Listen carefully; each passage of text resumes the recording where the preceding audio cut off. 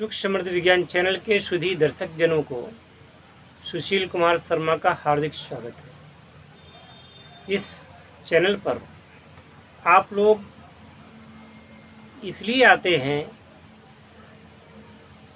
आप लोग इसलिए इस चैनल को खोलते हैं, इसलिए इस वीडियो को देखते हैं कि आप केवल मनोरंजन में विश्वास नहीं करते, बल्कि आप अपने लिए कोई ऐसा साधन ढूंढ रहे हैं जिससे कि आपके जीवन के कष्टों का निवारण हो सके, जिससे कि आपके जीवन में खुशियों की बौछार हो सके, जिससे कि आपको एक ऐसा नया मार्ग मिल सके जिस पर चल करके आप अपने जीवन में कभी भी असफलता का मुंह न देखें। और आज 3 अप्रैल 2022 दिन रविवार है और मैं इस दिन, आज द्वितीया तिथि है नवरात्रि की, तो आप लोगों को बताना चाहूँगा कि अभी नवमी तक का समय है। आज द्वितीया है और द्वितीया से नवमी तक का भी 7 दिन और शेष हैं। इस अवसर पर आप यदि कोई साधना करना चाहते हो या कोई योग में सिद्धि प्राप्त करना चाहते हो या आप अपने जीवन के किसी ऐसे रोग, ऐसी अड़चन, ऐसी बाधा को नष्ट करना चाहते हो जो कि आपको रात को सोने नहीं देती और दिन में चैन से आपको बैठने नहीं देती, क्या ऐसी कोई समस्या है? उस समस्या को आप अवश्य समाप्त कर सकते हैं। इसके लिए बहुत सारी ऐसी प्रक्रियाएं हैं, तंत्र शास्त्र में, मंत्र शास्त्र में, योग शास्त्र में ऐसी प्रक्रियाएं हैं। अब जिसको पता हो जाएगा कि ऐसी प्रक्रिया के द्वारा जीवन को उन्नत बनाया जा सकता है, वो तो मौके को चूकेगा नहीं, क्योंकि ये जो हमारी नवरात्रियां हैं साल में मुख्य 2 बार आती हैं, 2 बार प्रकट रूप में और 2 बार ये गुप्त रूप से आती है। तो ये प्रकट की नवरात्रि है, ये जो क्वार के मास में आती है वो शारदीय नवरात्रि कही जाती है और ये चैत्रीय नवरात्रि कही जाती है।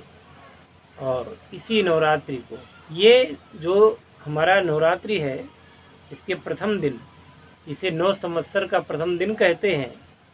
ये मात्र 9 संवत्सर की शुरुआत नहीं है, अपितु यह ब्रह्मांड की शुरुआत है। जब भगवान ने ब्रह्मांड की रचना की तब से ये जो है नवरात्रि चल रही है। कुतर्क करने वाले तो कुतर्क करते रहेंगे, परंतु जो आस्थावान लोग हैं सनातन धर्म में, वह लोग अवश्य इस बात को जानते समझते हैं। तो बहुत सारे वीडियोस हमने डाल रखे हैं, आप लोगों ने देखे भी होंगे। हम केवल और केवल सात्विक साधनाओं के बारे में बताते हैं जिनके माध्यम से आप जीवन की बहुत दिनों से चली आ रही परेशानियों को खत्म कर सकते हैं। अब जिसको कष्ट होगा, जिसको दर्द होगा, वही साधना के क्षेत्र में आएगा, वरना तो जिसकी ज़िंदगी आराम से गुजर रही है वो साधना क्यों करना चाहेगा? किसी भी काम करने के लिए 2 चीज़ों का होना आवश्यक है, या तो भय हो और या तो आशा हो। तो भय, कुछ खो जाने का भय, कुछ बुरा हो जाने का भय, ये जब तक व्यक्ति के सन्निकट नहीं आता तब तक आदमी न तो भगवान को मानना चाहता है, और मानता है तो ऊपरी दिखावा करता है, और ना ही वो किसी साधना को करना चाहता है, या फिर कुछ ऐसा अति प्राप्त करने की इच्छा उसके अंदर हो कि हम अमुक वस्तु प्राप्त करना चाहते हैं, तब फिर वो जी जान लगा सकता है। वरना तो लोग भगवान को, धर्म को, देवताओं को, साधनाओं को कभी याद नहीं करना चाहेंगे।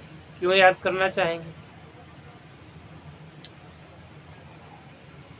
ये कड़वी सच्चाई है, मैं बता रहा हूँ, कड़वी सच्चाई है। तो आज का जो मानव है वो देवी देवताओं तक को धोखा देने में अपने आप को प्रस्तुत करता रहता है। तमाम कथाएं कही जा सकती हैं, दृष्टांत दिए जा सकते हैं, परंतु मैं वो सब करना नहीं चाहता। मैं तो सिर्फ ये जानता हूँ कि मनुष्य एक ऐसा प्राणी है जो इतना स्वार्थी है, वो बिना किसी लालच के या भय के किसी काम को करना नहीं चाहेगा, न धर्म समझ करके, न कर्तव्य समझ करके। फिर ये धर्म की बात है। खैर, फिर भी धर्मो रक्षति रक्षिता, धर्म उसकी रक्षा करता है जो धर्म की रक्षा करता है। तो यदि आप इस क्षेत्र में कुछ भी विश्वास रखते हो, तो मेरा ऐसा मानना है कि अपनी समस्या को समाप्त करने हेतु आप ईश्वर की शरण में आए, और ईश्वर की शरण में ही आपको उन कष्टों से छुटकारा संभव है। फैशन समझ करके नहीं, जीवन की आवश्यकता समझ करके। दारुण कष्ट जिसका कहीं से भी समझ में ना आ रहा हो कि अभी ये कष्ट जाएगा तो कैसे जाएगा, उन कष्टों में भी हमारा आगम शास्त्र लोगों को संकट मोचक बन करके काम करता है और उनकी आकांक्षाओं को, मनोकामनाओं को पूर्ण करता है। तो इसलिए मेरा यही मानना है कि नवरात्रि के इस महान पर्व को हर्षोल्लास के साथ मनाएं और माता का आवाहन करें। माता अपने भक्तों की, अपने पुत्रों की संकट मोचिका हैं, संकट का नाश करने वाली हैं, और ये जगन्मयी जगन माता हैं। व्यक्ति उनसे प्रेम करे न करे, पर माँ अपने पुत्रों को हमेशा ही प्रेम करती रहती है। और एक दो नहीं, लाखों करोड़ों लोग हैं जिन्होंने माता रानी की कृपा का रसास्वादन किया है और पूर्ण विश्वास करते हैं। अब जैसा कि ये उचित है कि यदि सही क्रिया का ज्ञान नहीं है, तो भी यदि आप हवन यज्ञ जप इत्यादि करते हैं तो उनसे फिर उतना लाभ संभव नहीं होता। इसलिए मूल और सटीक यथार्थ क्रिया का ज्ञान आपको होना आवश्यक है। और यथासंभव इस चैनल में कोशिश की जाती है कि 100% सत्य क्रियाओं का आपके द्वारा अनुसंधान कराया जाए, जिसके माध्यम से कि आपको विश्वास भी हो जाए और जीवन में फिर आप उस घातक की स्थिति को प्राप्त ना हो सके जिनमें अभी तक आए हैं।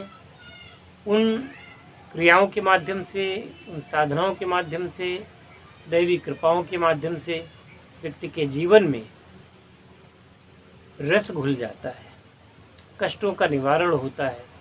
ऐसे ऐसे कष्ट जिनके लिए व्यक्ति लाख दौड़ता है, लाख कोशिश करता है, लाखों रुपए खर्च करता है और वो कष्ट नहीं जाते।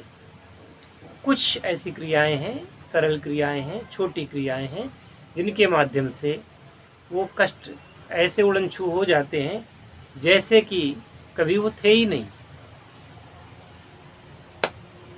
तो कृतज्ञ हों माता के प्रति, कृतज्ञ हों अध्यात्म के प्रति, और कृतज्ञ हों ईश्वर के प्रति, क्योंकि उन्होंने इस संसार में आपको भेजा है। अगर जिसने कष्ट दिया है आपको, तो वो आपको कष्टों से उद्धार का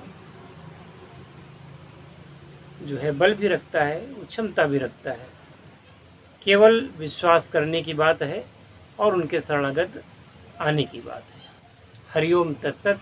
जय शिव शंकर, जय भोलेनाथ, हर हर महादेव, जय श्री राम।